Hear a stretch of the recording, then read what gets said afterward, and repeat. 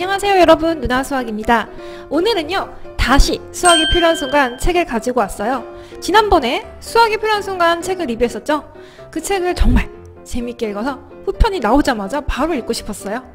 역시나 너무 재밌었고 이해가 잘 된 책이었습니다. 저자 김민영 교수님은 세계 최초로 수학 대중화 교수님이시고요, 한국인 최초로 옥스퍼드 대학교 수학과 교수를 지내셨습니다. 수학이 필요한 순간 책 이후 김민영 교수님은 계속 수학 세미나를 진행해 오셨고요. 그때 이야기를 바탕으로 다시 수학이 필요한 순간 책이 나오게 되었습니다. 수학책이라고 해서 어렵다는 선입견 없이 보셨으면 좋겠어요. 여러분, 손여름 피아니스트 아시죠? 그분의 추천사가 있습니다. 이걸 읽어보면 이유를 알 수 있어요. 한번 읽어보겠습니다. 저는 오리지널 수포자입니다. 이번 생에 수학은 글렀다 생각하면서 30년 가까이 살아왔습니다. 그런 제가 얼마 전 김민영 교수님을 만나서 교수님과 음악과 수학에 대한 대화를 나눴어요.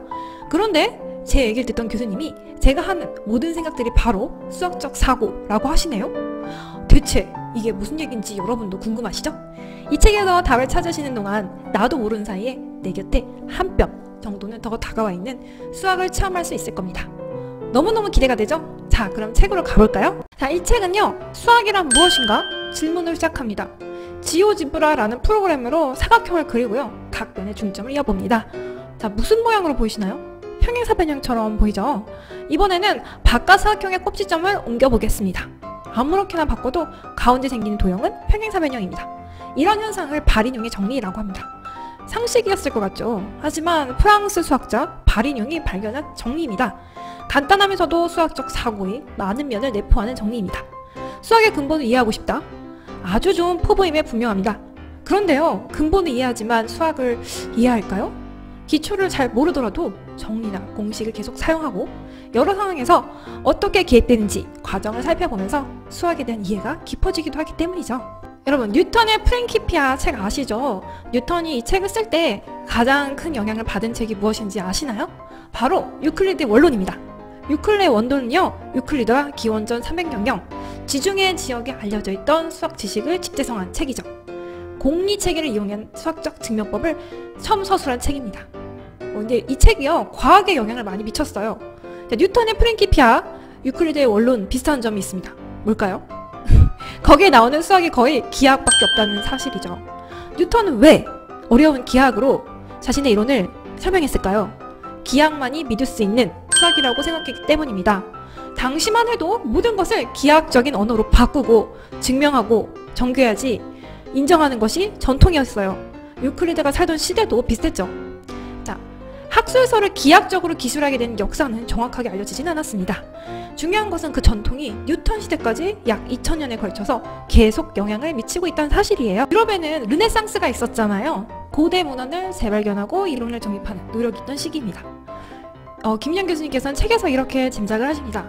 고대 그리스 수학자들이 기하학적인 서술 형식을 택한 이유는 루트이, 즉 수로서 표현할 수 없는 길이가 있다는 사실 때문에 수체계라는 게 도저히 불가능하기 때문에 기하학에 의존하게 되지 않았을까라고요.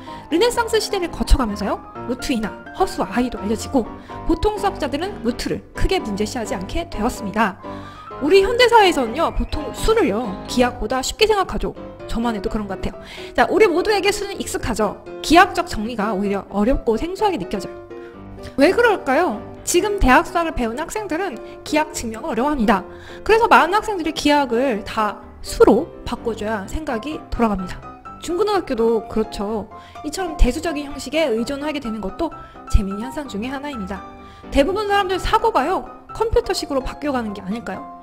수능 수학도 미적분, 기하, 확률과 통계 셋 중 선택한 형태로 바뀌는데 기하를 얼마큼 선택할지 궁금합니다. 자, 1900년 수학자 힐베르트는 23개의 수학 문제를 제시하는데요. 10번째 문제가 정수계수의 방정식에 정수의 존재성을 판별하는 알고리즘을 만들라는 것입니다. 20세기 수학자 앨런 튜닝이 튜링 머신이라는 개념을 정립함으로써 알고리즘이 무엇인가를 규명하려고 합니다. 영화 이미테이션 게임의 주인공이 바로 앨런 튜닝이에요. 이후 함수는 중요한 위치를 차지하게 됩니다. 이어 나오는 챕터는 세상을 이루는 함수들이고요. 여기서 코로나 바이러스에 대한 내용이 나와요. 한국의 코로나 바이러스 확진자 수 그래프는 다음과 같습니다. 그런데 이 함수는요, 어떤 종류인지 알기가 힘들어요. fx는 x제곱 같은 간단한 함수는 이해하기가 쉽겠죠? 멀리서 보면 이렇습니다. 자, 큰 수의 단위에서 보니까요, 그래프가 거의 Y축에 붙어있죠. 이런 현상은 x에 비해서 x의 제곱이 워낙 크기 때문에 일어나겠죠. 보다시피 작은 수의 직관만으로 간단한 함수의 성질을 잘못 알고 있을 수도 있습니다. 자, 함수값을 실제 출력하는 프로그램이 있을까요?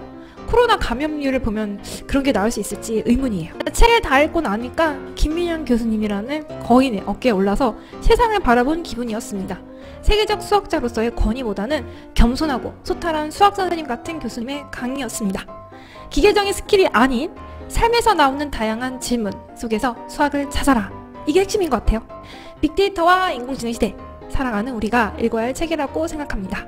그럼 저는 다음번에 더 재밌고 유익한 영상으로 찾아올게요. 누나수학 구독 꼭꼭 눌러주세요.